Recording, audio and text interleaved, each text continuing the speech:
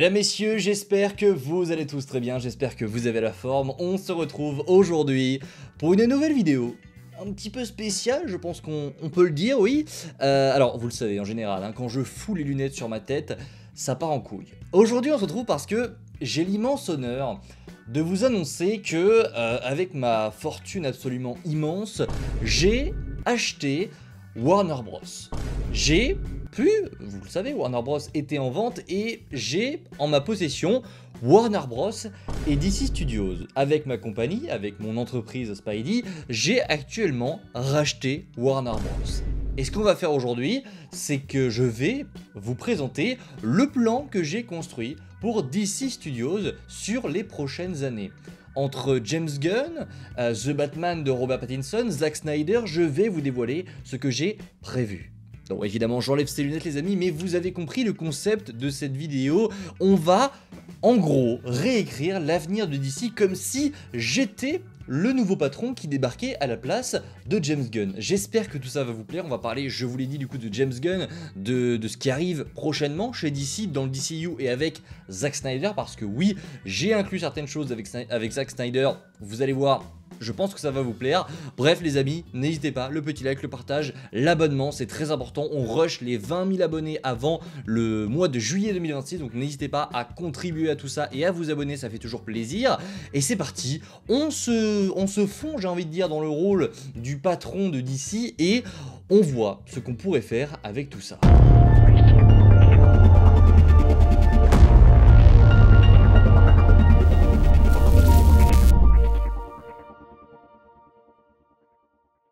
Alors évidemment, en tant que patron, ce qui m'intéresse le plus en tant que fan de comics, évidemment c'est l'univers DC. Même si Warner Bros regorge de licences, on va aujourd'hui parler uniquement de ce qui arrive dans les prochaines années pour DC Studios. Je peux vous annoncer d'ores et déjà que, évidemment, l'univers du DCU introduit par James Gunn va continuer. D'un côté, on aura évidemment l'univers de James Gunn, même si James Gunn n'est plus le patron de DC, son univers va continuer au cinéma et sur HBO Max. Je vais échanger 2-3 choses, hein, notamment au cinéma. On va avoir un ton bien plus sérieux. Un ton bien plus sérieux, comme ce qu'avait l'habitude de faire Zack Snyder, mais en gardant cette touche fantastique. J'ai pris un petit peu de ce qu'avaient fait mes derniers patrons, à savoir Zack Snyder et James Gunn, et j'ai envie de combiner un petit peu tout ça. J'ai envie de faire un univers bien sérieux, bien épique, avec beaucoup d'iconisation de personnages, avec de grands talents derrière la caméra, mais aussi en gardant un côté plus fantastique, ce qui manquait un petit peu à Zack Snyder. Donc j'ai vraiment envie de combiner ces deux personnes-là qui ont beaucoup de qualités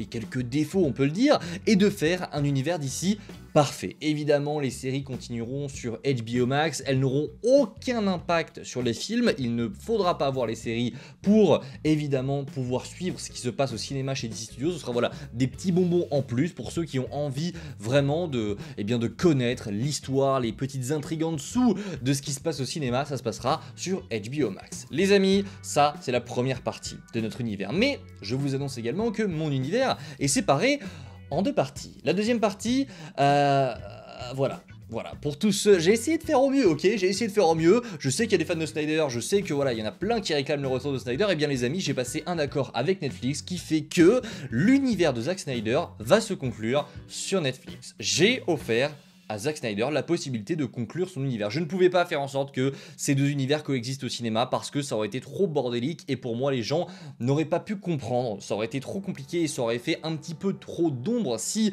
deux univers coexistaient au cinéma, donc j'ai pris la décision de terminer l'univers de Zack Snyder sur Netflix. Mais si vous le voulez bien, on reviendra à Zack Snyder plus tard et on va plutôt se concentrer sur DC Studios. Zack, bouge pas, on revient, on va se concentrer évidemment sur James Gunn. James Gunn n'est plus le patron de DC, j'ai été nommé à sa place, mais je ne vire pas James Gunn pour autant. Non, non, non les amis, c'est un très bon réalisateur et je pense qu'il peut apporter beaucoup de choses. C'est pour ça que je le nomme responsable de la cohérence narrative de l'univers. Bah voilà, il va être chargé de faire en sorte que tout soit cohérent, qu'on ait une bonne histoire, un bon fil rouge dans notre univers, que tout soit bien ordonné et qu'on ait des personnages qui avancent correctement. C'est James Gunn qui va se charger de tout ça et en plus de ça, je le nomme réalisateur de certains projets du DCU, ce qui veut dire qu'il pourra revenir réaliser des projets quand on aura besoin de lui et il sera présent tout au long de l'univers, tout au long de la croissance du DCU pour améliorer 2-3 choses et pour réaliser des projets, mais pas tous. Les amis,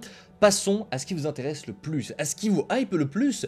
J'ai envie de vous dire, c'est évidemment les frises. Les frises, et j'en ai composé une. Alors, on va commencer tout doucement avec, eh bien, pour le début, ça ne va pas globalement changer. On va garder Supergirl Woman of Tomorrow et on ne va rien toucher. Il sortira en juin 2026 et on ne va absolument rien toucher. Le film est tourné, le film est en post-production actuellement et il sortira bien en 2026. Donc rien ne va bouger. En fin d'année 2026, vous aurez également le droit à Clayface, qui sortira bel et bien toujours à cet endroit, enfin à cette date précise. Je vais rien toucher au projet, sauf la fin. Je vais rajouter un caméo de Batman. Alors de quel Batman, tout ça, vous verrez par la suite, mais Batman fera une apparition dans Clayface pour teaser l'arrivée du Batman du DCEU. Pour ce qui est de Man of Tomorrow, les amis, oui, le projet sortira bien en juillet 2027, mais il y a un mais, James Gunn ne réalisera pas ce projet. Le réalisateur n'a pas encore été nommé, mais je souhaite amener à ce film un ton bien plus sérieux. James Gunn avait beaucoup de qualités, mais l'un de ses principaux défauts, c'était que tous ses personnages étaient en quelque sorte ridiculisés. Ça peut passer avec beaucoup de persos, et ça peut être génial comme Peacemaker, comme les Gardiens, mais il y a des persos qui méritent un petit peu... Alors j'allais dire un petit peu mieux, mais qui méritent un traitement différent, je pense, et James Gunn, pour moi, on doit le sortir de Man of Tomorrow. C'est pour ça qu'un nouveau réalisateur sera nommé pour apporter un ton plus sérieux et plus épique à ce projet qui évidemment gardera l'intrigue principale avec Superman. On aura toujours Lex Luthor et les deux personnages feront alliance avec un grand antagoniste que vous connaissez tous, c'est évidemment Brainiac qui sera l'antagoniste de Man of Tomorrow. Voilà pour ce qu'on ne change presque pas pour les prochaines années du DCEU.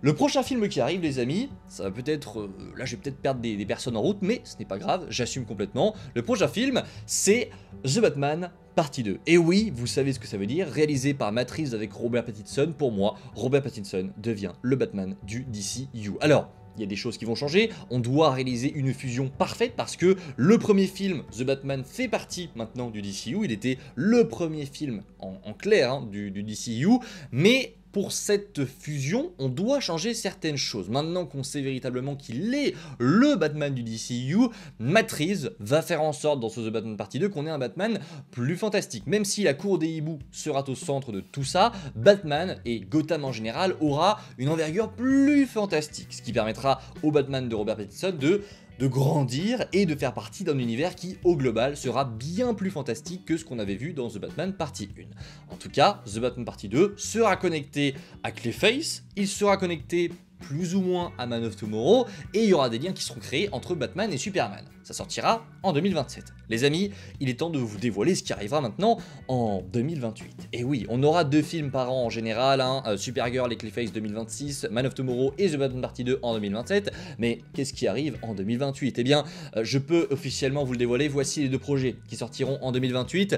On avait déjà parlé du fait que James Gunn prenait un petit peu trop de temps, je pense, à introduire la trinité sacrée de DC, et donc c'est pour ça qu'en 2028 sortira un film Wonder Woman. Je n'ai pas encore d'informations à vous dévoiler sur le projet, il est en développement, ce sera pareil, un film ultra épique et j'ai hâte de vous le dévoiler. Il faut savoir qu'il y aura voilà, une espèce d'introduction à ce film qui sera disponible sur HBO Max avec la série Paradise Lost qui ne sera pas obligatoire à regarder pour comprendre Wonder Woman, mais il y a une série Paradise Lost qui sortira en 2027 et le film Wonder Woman sortira en 2028, comme ça nous fait la trinité d'introduite. Et en 2028 également, en fin d'année, on aura World's Finest, un film absolument insane entre Batman et Superman, avec Batman et Superman plutôt. Ça sortira en 2028, pareil, je ne peux rien vous dévoiler de plus, mais croyez-moi, ça va envoyer du pâté. Imaginez 2 secondes qu'un patron de studio vous parle comme ça va envoyer du pâté. Le Batman de Robert Pattinson, le Superman de David Corenswet,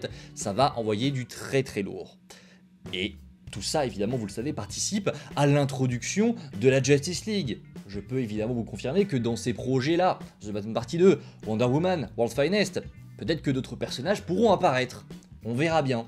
Bref, on poursuit les amis avec une nouvelle branche, cette fois-ci pour l'année 2029. Vous le voyez, le film Lanterns sortira en 2029. Parce que James Gunn, je t'aime beaucoup, mais les Lanterns, c'est pas sur HBO Max, c'est un film qui sortira en 2029. Donnez du respect aux Lanterns, respectez les Lanterns, ils auront le droit à un film qui globalement gardera un petit peu ce qu'on aura dans la série. Une intrigue policière, mais ce sera plutôt un film de SF, un film grandiose avec beaucoup de budget.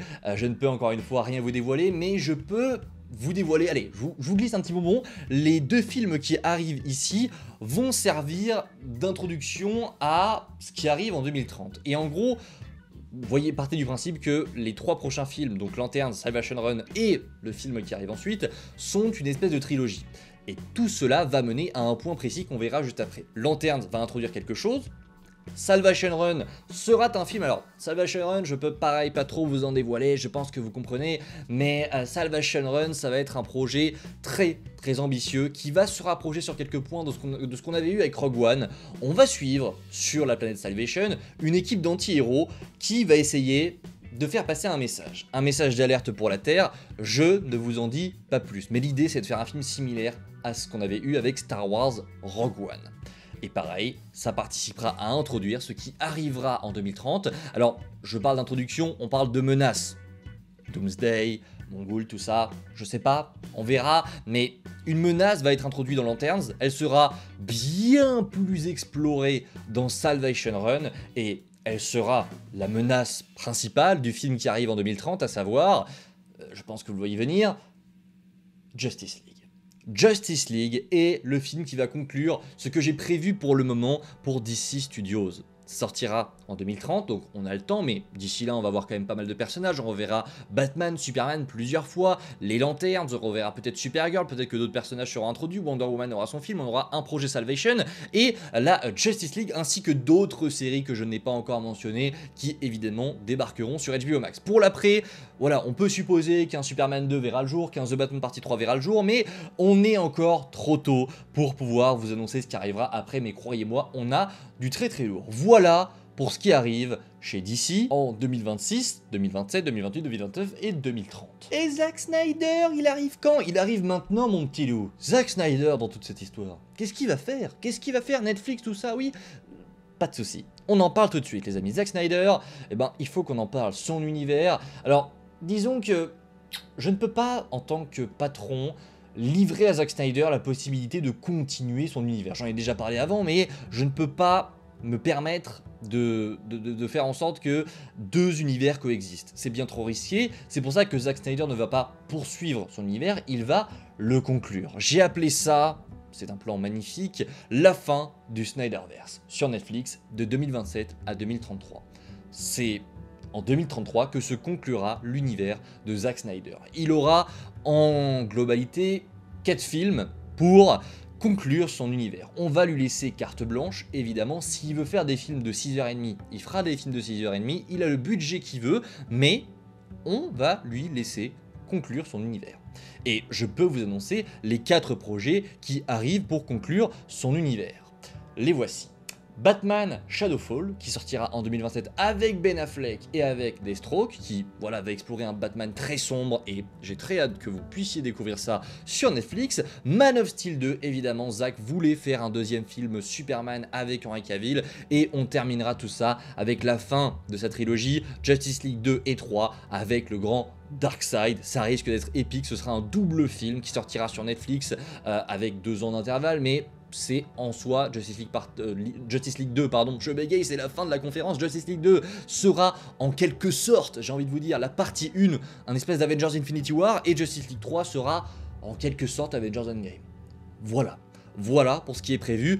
Les amis, j'espère que tout ça vous a plu. C'est la présentation de ce que je ferai en tant que patron de DC. J'espère que tout ça vous plaira. Écoutez, j'ai essayé de faire au mieux. Très clairement, j'ai essayé de faire au mieux. On va laisser maintenant carte blanche à nos réalisateurs talentueux qui vont, je pense, faire en sorte qu'on ait un univers d'ici absolument insane. Et voilà, j'ai envie de vous dire, vive DC, vive les super-héros, vive Zack Snyder, vive James Gunn. Et voilà, je n'ai rien d'autre à ajouter. Fin de cette conférence. Bon les amis, vous me dites en commentaire ce que vous en pensez. Alors évidemment ce n'est pas ce qui va arriver, je pense que vous l'avez compris, mais c'est ce que j'aurais fait, je pense, si j'aurais été le patron de DC.